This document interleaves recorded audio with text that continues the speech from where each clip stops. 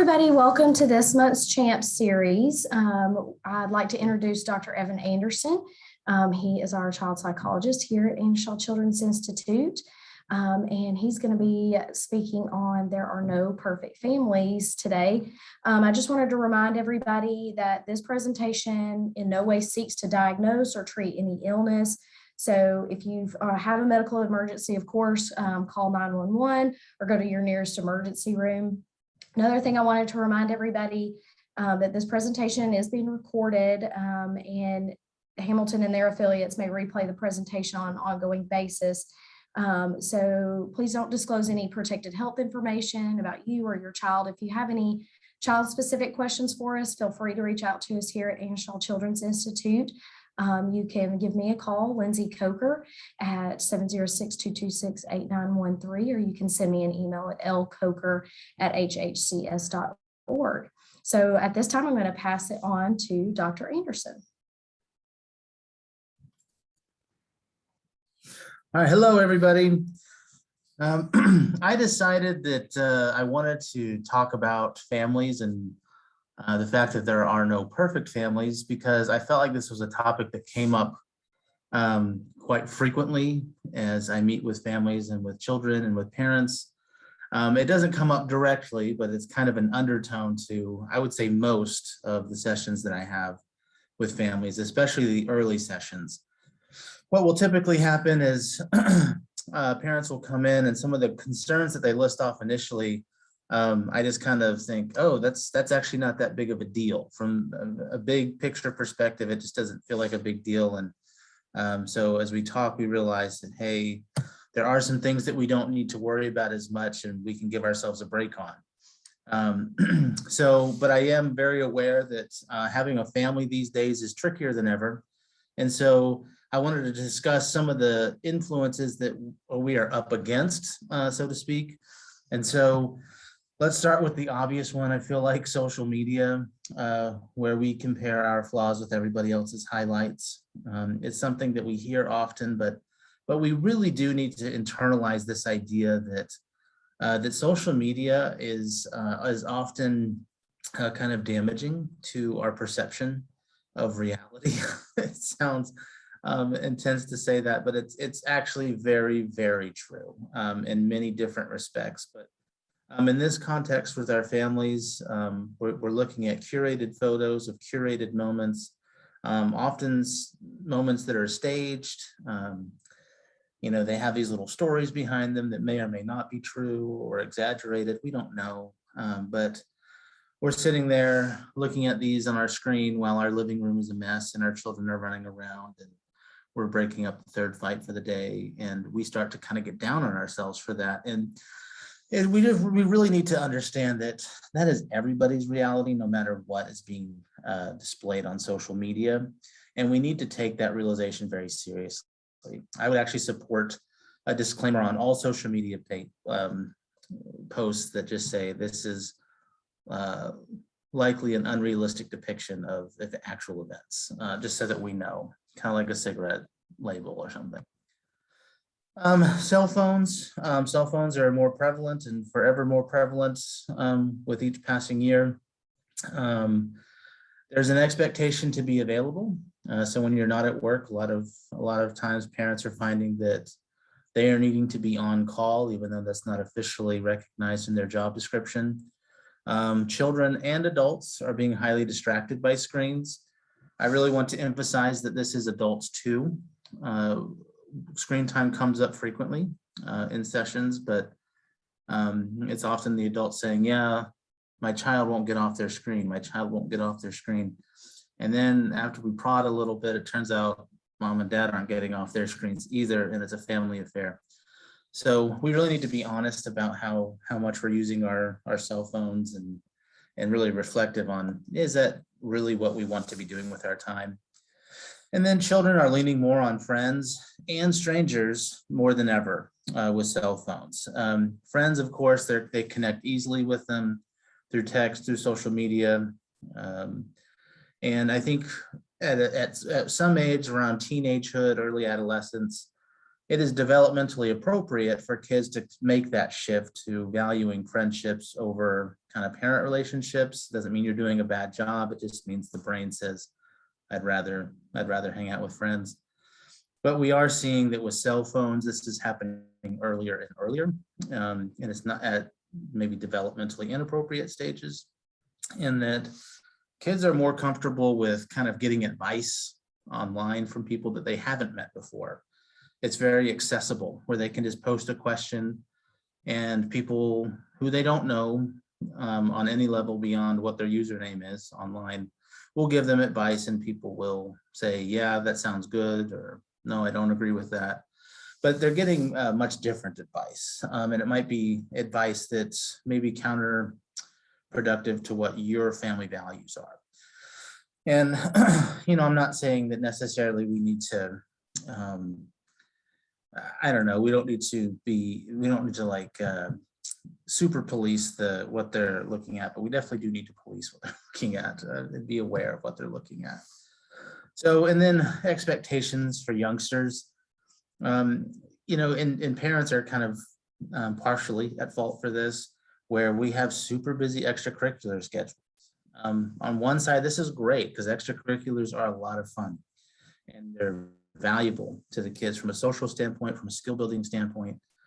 But it is also cutting into family time. So I'm not saying that extracurriculars are bad. They're actually fantastic. But we do have to recognize that while extracurriculars are happening, family time typically is not. And so as those schedules get busier, family time reduces. And then kids have a pressure to succeed earlier and earlier and earlier. There is some conventional advice going around that if your child is not specialized in something by the age of 8, then they're already behind. And, I see where they're coming from, and it just seems like the world's a competitive place. But again, we need to recognize and gain some perspective here that children are still building their foundational skills. And while specialization can be good, it cannot be at the sacrifice of building the foundational relationship type skills that they need. So common areas of guilt that I hear often coming from parents is snapping at their children. I think we all kind of reach that point in our day where we just need the noise to stop, or we just need them to stop doing whatever they're doing. This happens when we feel overwhelmed, and we typically respond in anger. Remember, anger is our control emotion. That's how we get things back into control. And we also get mixed messages as parents about having a strong hand. When your kids are disobeying, you've always got that one family member is like, well, it'll fix them up good, a nice spanking or whatever it might be. I'd fix them up right. And so you feel this pressure for your children to be perfect at all times. And I recognize that everybody snaps at their children on occasion. And we can be more confident moving forward that if you just own that and say, hey, you know what, I think I overreacted there and I'm sorry, that's not going to limit your authority as a parent. It's not going to make your child respect your authority less. As a matter of fact, they're going to respect you more because they're going to see you modeling that you made a mistake and how to fix a mistake. Being bored around your children. I'm sorry, parents do get bored around their children and they do feel very, very guilty for it. But we need to recognize that kids have very simple, very fixed interests at these young ages, and that they're not always going to capture our attention. It doesn't mean that they don't deserve our attention, but at the same time, give yourself a break. We recognize that you're fighting an uphill battle there. And just spending a little bit of time can be very meaningful. Later on, we're going to talk about the 80-20 rule. So I want you to take a mental note of that it applies to this topic of being bored around your children on occasion. Now, I'm not saying if you're bored all the time, so maybe that's something to look into, but I think a lot of parents are in the same boat. Not being more successful. This is one that catches parents off guard. We always talk about how kids are not living up to their parents' expectations. That's a very popular topic. But a lot of pressure that parents feel is not living up to what they're assuming their children's expectations are. Parents want to be successful for their children too. They want to be awesome for their children. And they kind of place these expectations on themselves, and they feel guilty for not being better, earning more money, or being around more often, or whatever it might be. But again, give yourself a break on this one. I think it's really easy to focus on what we can't do. And kids, yes, they might notice that on occasion, but for the most part, they're going to just be happy that you're there and that you're loving them. Being away from our children, we have to work. We have to take breaks every once in a while. We have to run errands. Life goes on. What I want to highlight here is that, and then kind of reframe it here, is you are modeling hard work for your children. You are modeling how to balance work and life. And that's going to be an important skill for them. And like so many skills that we have to learn in life, there is a little bit of a challenge, to learning that skill. So yes, sometimes it might be frustrating for the child, or annoying, or they might be sad. But that doesn't mean that we need to lose sight of the fact that, what, I am modeling an important life skill for my child, which is a good work-life balance.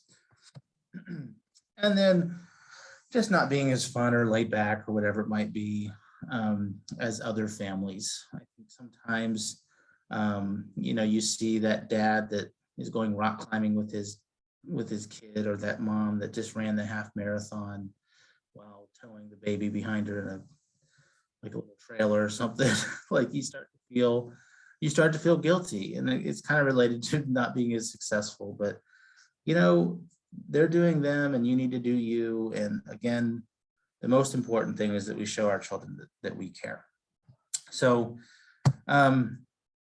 really the question really is, how can imperfect families be happy? Okay, so all families are imperfect. How can we be happy? So I think a lot of this, I just want to throw out as food for thought. I don't want you to think that you have to do all of these things. I think that trying to do all of these things is the one way to ensure that none of these things happen, because you'll get so overwhelmed. But maybe try to pick one or two of these. So the first one is to evaluate your values and your priorities as a family. So what is your goal as a family? And what do you want to give your children as a parent? What do you want your children to get from being a part of your family? I think a lot of people just don't really ever think about this. And they just wake up from day to day and do whatever, whatever strikes their fancy.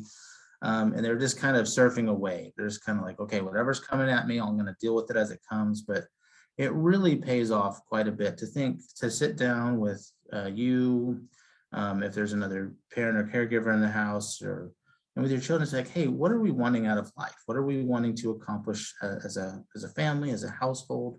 Where do we want our priorities to be?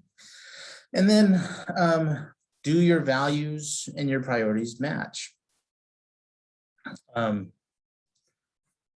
so I think that if you sit there and you list what you value the most, like what you want to use your time for, and then you actually look at your schedule, there is most of the time a mismatch there. What you will find is that most of your day is spent sleeping and working, and that the things that are most important to you are the things that are getting pushed back to the point where they're often not even happening. You can go online and honestly just look at a list of values. A lot of times there are exercises that are prepared, and they'll kind of have some multiple choice elements to them that help you to do this more effectively. You can ask yourself, what are some low-hanging fruits that you can change right now? And then, I think with these, it's like, yeah, there are some things like, okay, maybe we can get up a half hour earlier, or maybe start bedtime routine a half hour earlier so that we can get some reading in, or something like that. So that's a simple thing to change. And then for the other bigger things, like maybe you're realizing that that you're working too much and you want to work towards reducing your work schedule. That's not something that you can wave a magic wand and just change, but it's something you can work towards. And it really is helpful to say, okay, what's the next step I could take to meeting that goal?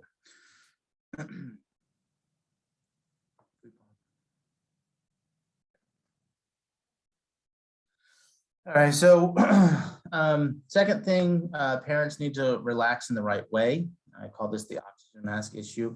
And I think whenever I bring this up, I just imagine what people must be thinking, just like, how is this, there's this psychologist that's telling me that I'm not relaxing in the right way. Like, that's the last thing that you think you're doing wrong, right? Like, I'm relaxing, I'm doing whatever helps me to relax. But the problem is that a lot of times we kind of think of a distraction as a relaxation, and that's not really as relaxing as we think it is in the long term. So the reason I call this oxygen mask issues is that when you're on a plane, of course, and they're going over their safety spiel, they always say, put your oxygen mask on first before you put it on your child. And that always sounds so off. Like, as a parent, the one thing you want to do is to protect your child. But it's actually really great advice, because if you pass out, which is a likely scenario, if you are needing oxygen, then who's awake and aware enough to help your child at that point? So you fixating your mask on first allows you to be there for the next 2 hours that your child's going to need you more than anything. And then this rolls over into parenting in the long term as well. We so often just kind of keep making sacrifices for our children because we want nothing but the best for them, but we sacrifice our own stress levels and our own health to do that. And all of a sudden we find ourselves snapping more often. We find ourselves being less available because we just need to kind of take those miniature mental health breaks that we think we're going to take 5 minutes to go decompress in the bedroom, but we end up getting sucked into watching a marathon of some TV show. And so we're out for 3 hours. But I would want us to start thinking about relaxation as work. The people who are best at relaxing and decompressing are the ones that look at it as work. And that is that they plan it and they're not afraid to go out of the house and be active and get something done, to take on a project. And you're thinking, at the time, you're thinking, man, that's the last thing I want. The last thing I want to do is have to plan one more thing. The last thing I want is to take on a project that now I have to finish or feel guilty if I don't finish it. But the problem is that when you avoid those types of relaxations, then really you're just kind of, you're just sitting around and you're doing nothing. And your brain is getting groggy. And you start to feel lazier and lazier, and you're kind of alone with your thoughts and your stresses. And so when you're actually able to accomplish something, that's what helps you to feel better in the long run. And so it doesn't have to be anything major. I mean, baking cookies is an accomplishment.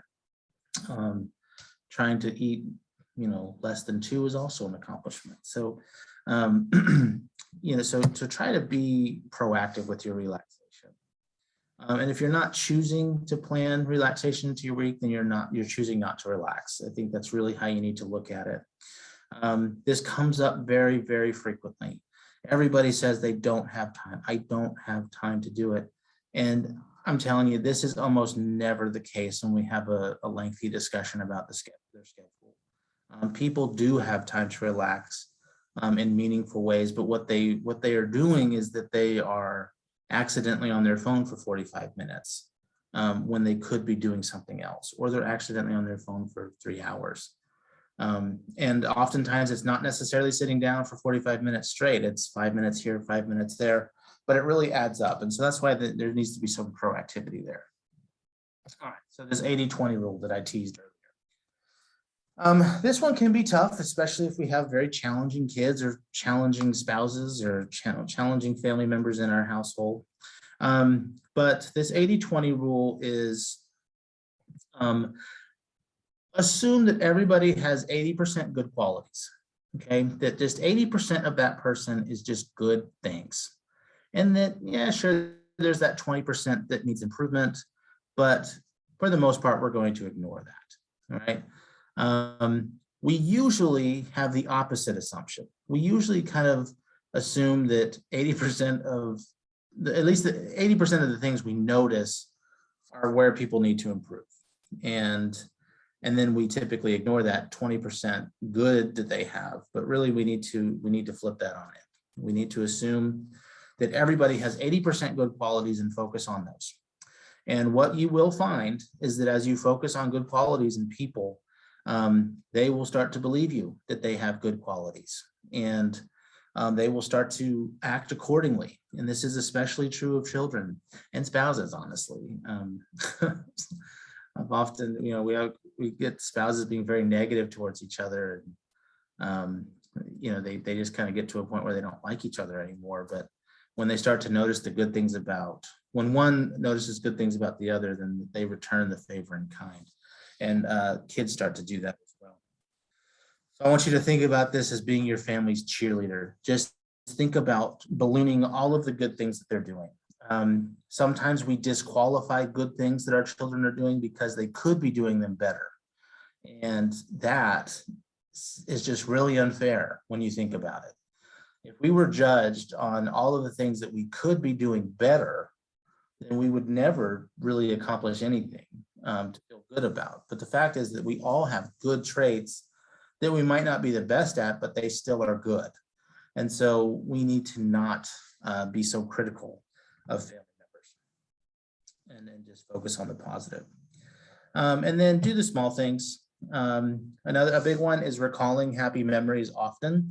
This is very simple to do, where if you've had a good, if you had a good family memory, share it with everybody. Hey, do you remember when? And you can have a good laugh or whatever. And we don't think to do this very often. Sometimes we'll have like an associative memory where we're like, oh yeah, and it comes up, but kind of taking a more conscious approach to do this can be a really fun thing for families, especially if that memory is highlighting a good thing that somebody did or involves them in the story in a meaningful way where they can think, oh yeah, I was a part of that.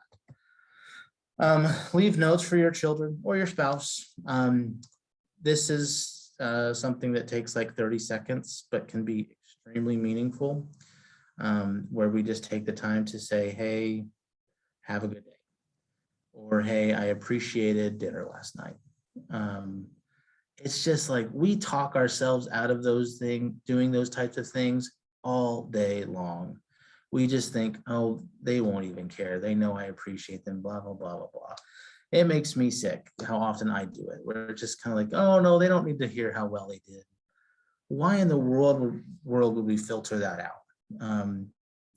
We should always be willing to express gratitude and whatnot to others. Develop traditions. Big or small traditions help glue families together, help happy memories to occur. Children start to resist some traditions, but I think if you reflect on your own childhood, you will recognize that many of the things that you were forced to do in the name of family time are often good memories, even if they were kind of bad at the time. You look back on it and think, yeah, well, it was fun going Christmas caroling every year, whatever it was. So develop traditions, get children's input on that. And then allow children to be in control sometimes. I think sometimes as parents, we get into this routine where, we're just always in charge, and just making a conscious effort to help kids make choices every once in a while. And then eat meals together. This is something that's been on the chopping block for years in many households where people are they're so busy that they can't find the time. Again, the time is there if you make it. And this is something that is just so consistent in anecdotes and in research, where if a family sits down and eats together, things just start flowing. They just start flowing. That's a great time to recall happy memories and to express gratitude and to talk about what you want to do and traditions you want to develop, and let kids choose part of the meal. It really is like that one. It's kind of it can be a focal point for change. If you just want to focus on one thing throughout this presentation, start with eating meals together, and you'll notice that a lot of other pieces fall into place. And so I think a lot of times this the unicorn of a healthy family is getting these healthy sibling relationships.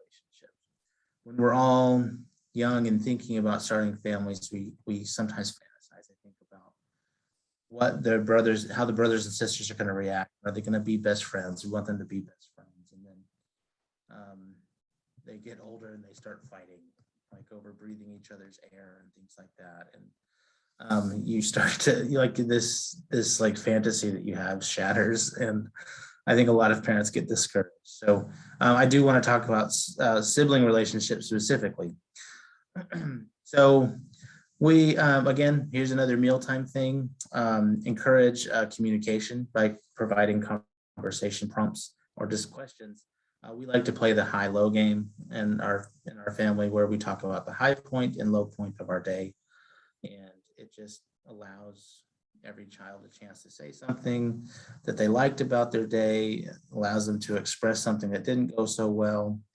And, in other times we'll just, we'll say something silly, like, if you could be any animal, what would it be? And then take turns giving our answers.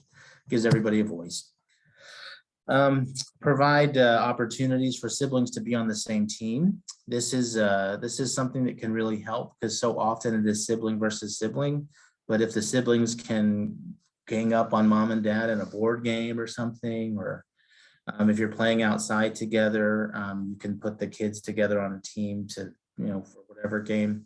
And when doing this, you can say, ooh, you two can be together because so-and-so is really fast and so-and-so is really good at finding. And, when you're playing hide and seek or something. And you can help them label their strengths. And it can be really, really fun for them to bond. And then just kind of establish a way for communication to occur, and establish how to react when somebody says, hey, I'm feeling grumpy, or I'm feeling sad, or whatever it is. I'm under no delusion that you make this rule and everybody magically falls in line, but it really does help with the family dynamic if you can say, hey, well, we talked about this. So when so-and-so says that they're angry, we've agreed that you would just walk away. You chose to throw a ball at her head. And so that was not what we agreed to. And so you're referring to a rule that they have already agreed to. And so it's not as confrontational. You as a parent are not quite as prone to snap at them for that. And so it just makes things go a lot smoother. And again, just kind of as far as a flow, post family rules. Again, these can be established during a mealtime or a family meeting. On top of meal times, I really do think a weekly family meeting is actually really, really effective. It can be 10 minutes, 5 minutes, but just sitting down and saying, okay, what do we need to do this week? Or this is what's coming up this week. Or if you have a little bit more time, say, hey, I've noticed we've been having some issues with this. Can we talk about that and agree upon a rule? And then you post the rule and you remind them of it.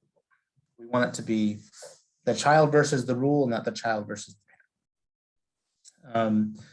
And then there's some other considerations as you're parenting your imperfect families, like we all do. We want to model good communication to our children. We want to be calm and neutral when we're making correction. We want to model giving lots of compliments, apologizing for mistakes, and being flexible. All of these things are much better learned through showing rather than telling. Do not compare children. I don't think this is, sometimes parents do this on purpose. They say, so-and-so is much younger than you and they can do this. Why can't you do this? Now, I mean, I've been guilty of that myself. It seems like a good reference point sometimes. But I think the convention in business is that you criticize in private and you praise in public. That's not necessarily true for kids. You should only criticize in private, but also complimenting in private is often appropriate with kids, just because, especially if one sibling is having a rough time with something, they're just never getting those compliments and somebody else is, it feels like you're comparing them, even though that's not your intention. So just be aware of that dynamic. Find ways to help each family member feel like an individual, that whether that be spending some time on a specific interest or highlighting something that they're really good at or the best at in the family. I think family members, siblings often fall into specific roles within a family. They do this and that's who they are. Encourage and facilitate ways for family members to expand who they are and what their roles are, not only within the family, but just what their role is in life and what their passions are. Everybody needs space to grow. We're not going to take pleasure at the expense of others. So I think sometimes you can kind of make fun of people and you're joking and everybody's having a good time until they're not. I would just say, just try to avoid that kind of stuff. I know some families say it works for us, but I don't know. In my experience, it's never working as well as people think it is. And it's really just much more productive to find ways where everybody is having fun in conventionally kind ways. And then just allow family members to talk about feelings without judgment. I know I have siblings here, but it expands to other family members as well. We will just we don't ever allow people to talk in a family. One of the greatest weaknesses in a family is also the greatest strength, and that we feel comfortable with each other, we trust each other. And so if somebody's saying something we don't agree with, we feel very comfortable interrupting them or making a very harsh correction. And so we want to just give people space to express themselves and to give them some respect and flexibility. And that usually starts with parents modeling that behavior. So I think all in all, takeaways here is nobody has the perfect family, even though most people are working in exceptional ways to present a perfect family.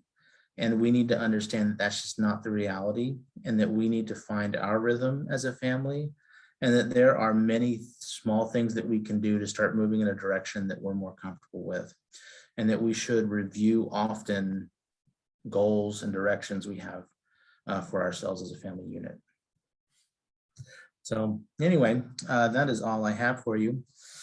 But hopefully we can all kind of take something and apply this and just take small steps in the right direction.